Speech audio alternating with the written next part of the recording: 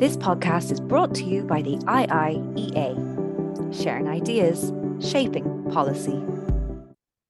Hello, and welcome to Democracy in the United States in the Year of Elections, an IIEA webinar. My name is Barry Colfer, and I'm the Director of Research here at the Institute, and I want to thank you all for being with us, or indeed for watching back after the fact.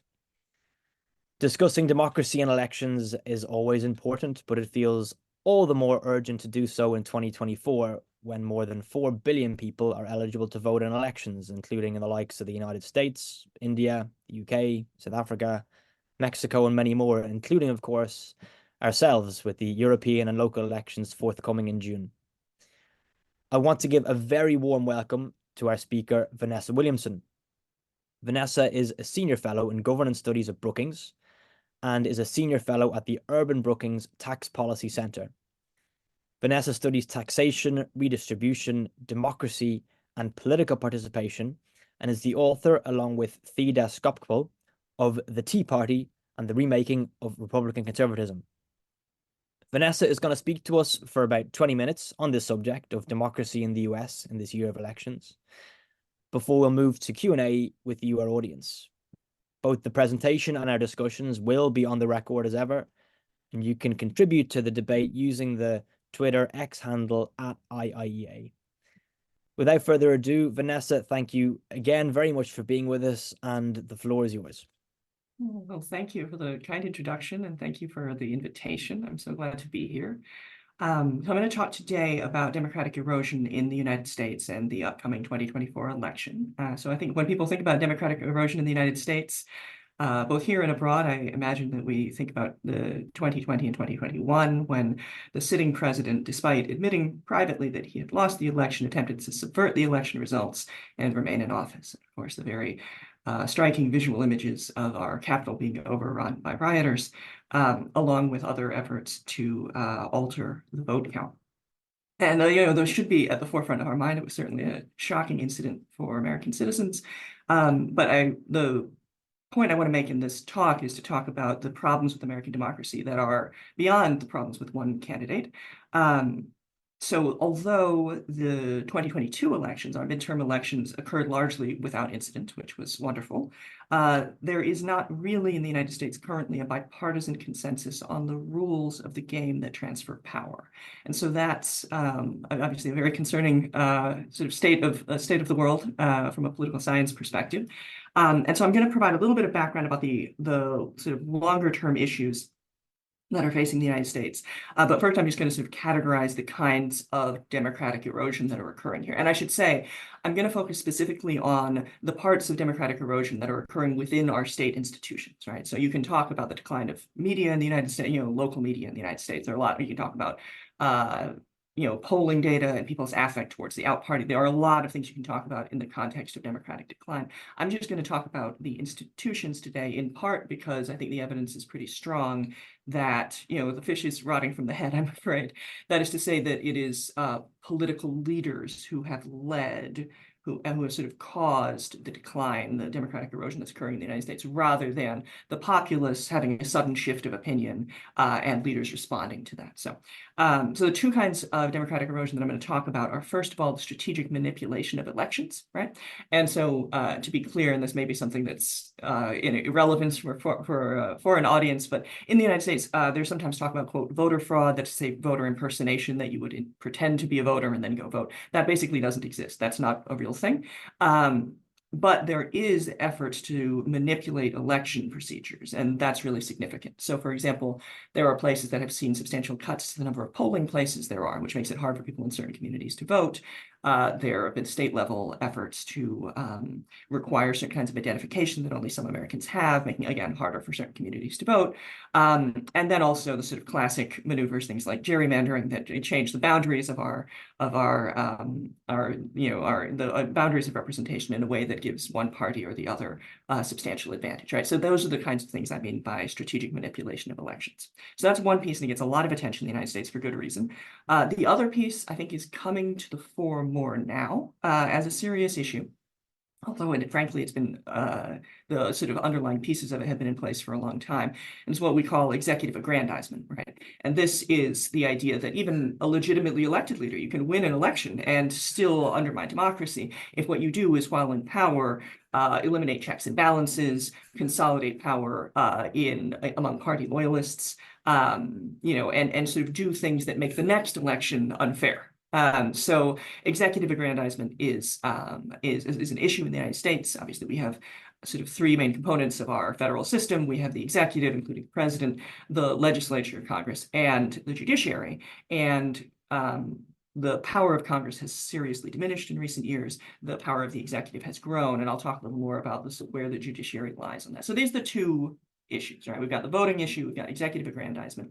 But before I start talking about things that have happened in the last 10 years or so, right, where we've seen a really substantial decline, in any international measure you want to look at, in the quality of American democracy, I'm going to talk a little bit more about the broader context, right? Because we have a funny system here. There are many longstanding aspects of governance in the United States that are not particularly democratic, not the way most countries that want to be a democracy set up their institutions anymore, and also some things that the people who founded our country would have seen as dangerous to civil liberties. So in our Constitution, there are two aspects that are sort of startling, I think, for people who are if you were going to design a democracy, it might not be what you'd choose these days. One, we have a bicameral legislature where the upper house actually has quite a lot of power. So our Senate has 2 seats per state, and our states are of very different sizes. I think it's always worth remembering how different they are. So our largest state is California, which has 39 million people. That's where I'm from. Our smallest state is Wyoming. It has 600,000. And both of those states have 2 seats in our Senate, which means that the people of Wyoming are represented at a rate of 66-1. So we also have a House that is arranged by population by, plus or minus a little bit. But this is a huge mismatch between the population and the representatives. And the Senate is a powerful institution, as we can talk more about.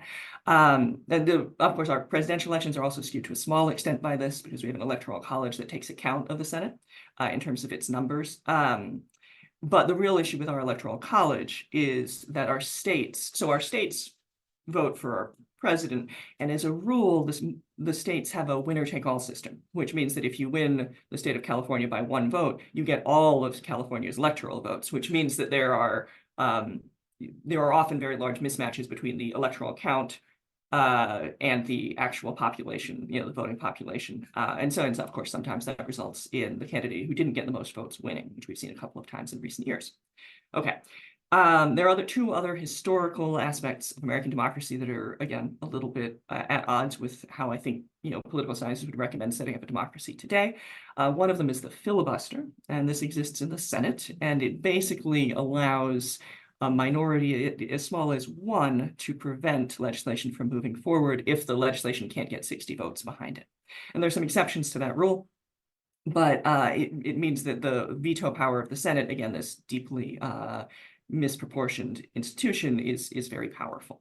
The other thing that is sort of a significant part of the longstanding American practice, both the filibuster and judicial supremacy date to the 19th century, is the idea that our Supreme Court has the final word on whether something is constitutional, and there is not an obvious way to there's not a system that exists that overrules the Supreme Court on questions of constitutionality.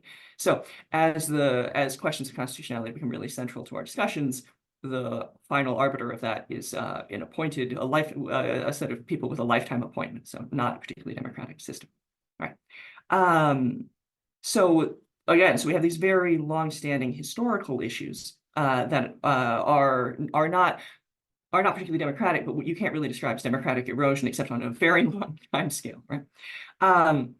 But the other thing, I should say, and there are 2 things on the civil liberties front that are worth remembering. One, of course, is that we have an enormous military in this country. It is the most expensive military in the world, hands down, by a factor of several. I can't even remember at the moment.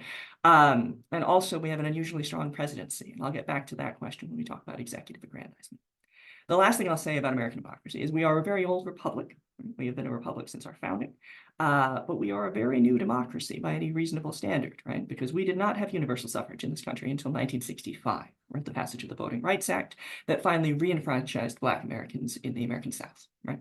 So when we think about whether we are an old democracy or a new one, I think you could actually argue it both ways, right? We had subnational authoritarian enclaves that operated as one-party states for 100 years, and that only ended in the lived experience of many older Americans today. Okay, I should say that in many ways, if we're talking about the democratic erosion that's occurring now, it is reasonable to see that as a continuation of the backlash to the civil rights movement of the 1960s, right? So you see some of the ways in which democracy is eroding today are replicating or echoing some of that earlier politics. And here I'm thinking both about the limitations on voting rights, but also the expansion of our policing and incarceration state, which, in addition to obviously destroying the lives and livelihoods of people who are incarcerated,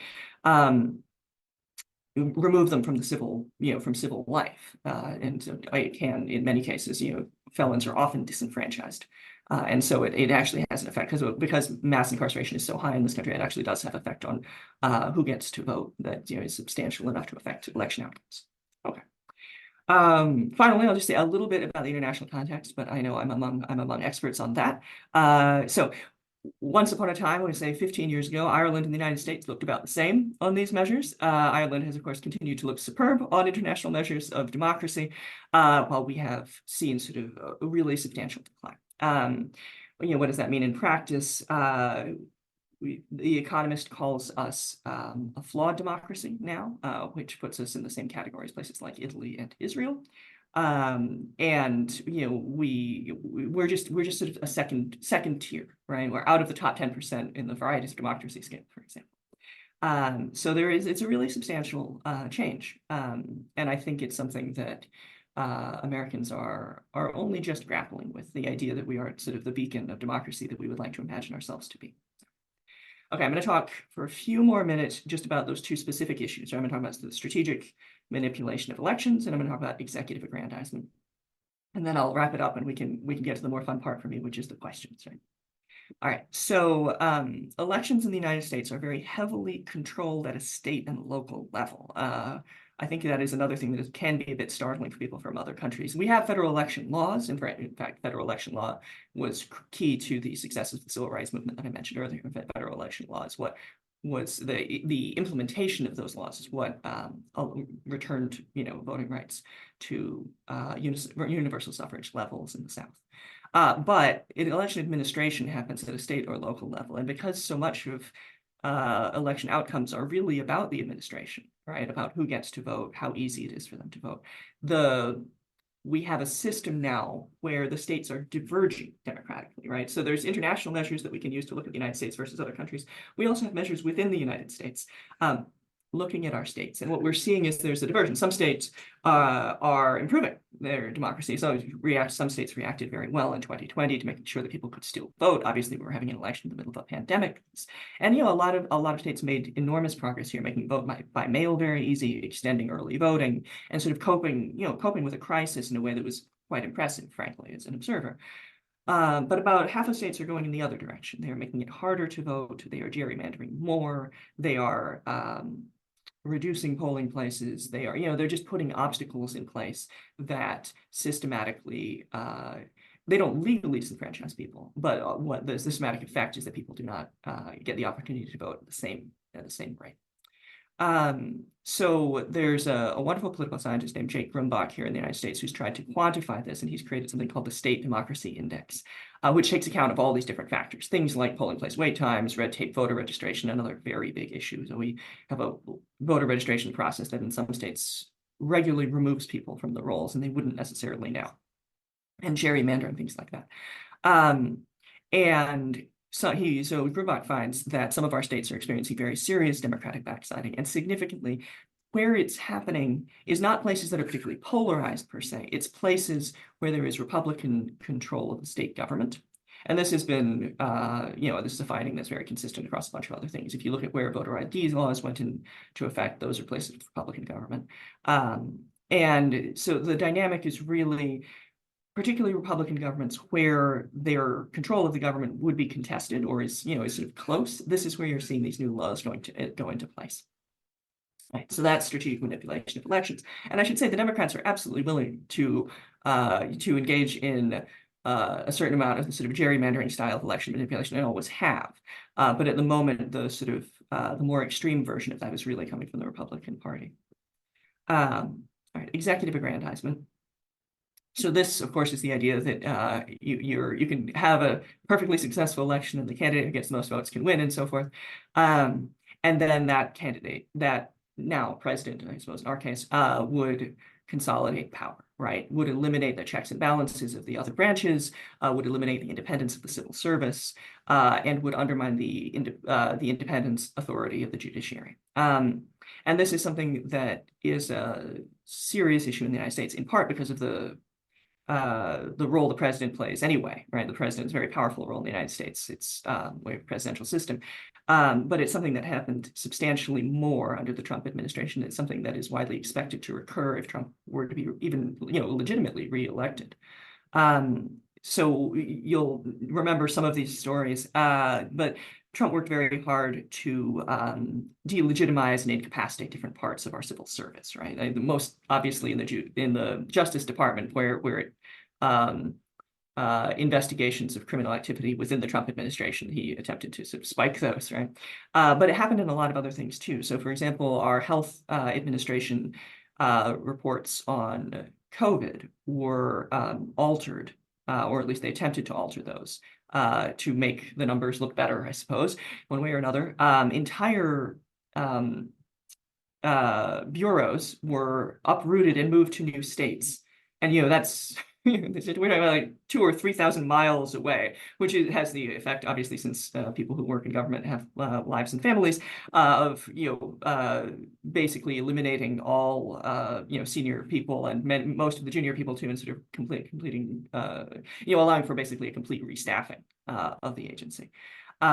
Looking forward, both the Trump campaign and the Heritage Foundation, which is a very central conservative think tank, pretty long-standing here in the United States, have proposed, openly proposed policies in a new Republican administration that would drastically reduce the independence of the civil service. So Trump released right at the end, this was almost completely unnoticed at the time because so many other things were happening at the same time, but right at the end of his administration, he released an executive order called Schedule F, which proposed to give him the authority to fire as many as 50,000 civil servants. Right, so this would very substantially undermine the independence of those institutions. And there's the Heritage Foundation has released a document called Project 2025, which is intended for any Republican president going forward, that that sort of consistently aims to politicize the civil service and also to undermine its independence. Okay. So given this sort of the direction within the executive branch, what do we think the other branches can do? Unfortunately, our Congress is pretty poorly positioned to put a serious check on executive authority, in part because the level of dysfunction in Congress is so very high. Our various speaker fights may have made the news, I'm not sure, but we have, which, there was a certain amount of, it reached a level of absurdity that was in some sense funny, but it was actually, of course, not funny, right? That we can't form sort of a governing coalition even within the Republican Party to run the United States House of Representatives. And so that's an ongoing issue. So the power of Congress has really eroded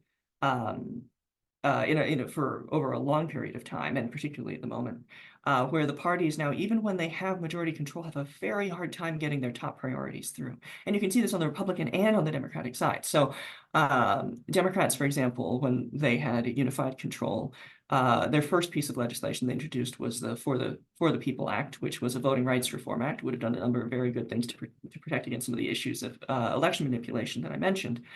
They couldn't get it done. Similarly, the Republican Party came into office at one point dead set on overturning Obamacare, which you may remember, the Affordable Care Act that expanded health insurance under the Obama administration. They came in dead set. I mean, it was the top campaign promise to overturn Obamacare, and they couldn't, even with unified control, couldn't get it done. So there's really fundamental dysfunction and gridlock in Congress that leaves the institution quite poorly positioned, I think, to act as a check on the executive, even if they chose to do so, which in the case of unified party control would be, of course, less likely.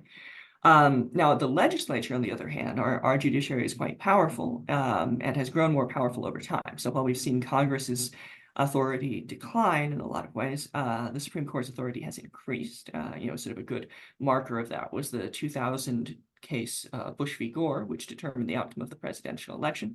Previously, when we've had a contested outcome of the presidential election, it was the House of Representatives that made the decision.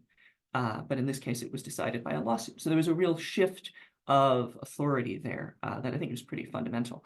Now, so the Supreme Court is quite powerful. So in that sense, they can act as a powerful check on the executive, though they don't have enforcement powers, right? But the Supreme Court has grown substantially more partisan and conservative in recent years, and this again is something that you can see very clearly just in straightforward political science data. The skew of the court is quite far to the right at the moment, which has led many people to, in fact, most Americans doubt that Supreme Court decisions are made based on law. They think it's made based on politics now. So the court is on the one hand quite conservative and quite associated with the Republican Party. Of course, Trump got to nominate an unusual number of Supreme Court justices. And then the other important fact to keep in mind is that the Supreme Court has substantially narrowed voting rights protections. So I talked about those major pieces of legislation in the 1960s that, the Voting Rights Act that expanded suffrage to the returned voting rights to Black Americans. Those laws have been whittled down. And I can talk a little bit more about specifically how that happened, which I think is really interesting. But the Supreme Court has really narrowed the scope of election protections that exist, and I think has shown at least some interest in allowing for reduction of civil service independence. And so I don't think that a reasonable observer would look at the Supreme Court as though it were going to provide as strong of a protection as it sort of it might if you just looked at the strength of the institution compared to Congress. So that's my quick review of democratic erosion in the United States. I'm happy to take some questions. This podcast is brought to you by the IIEA, sharing ideas, shaping policy.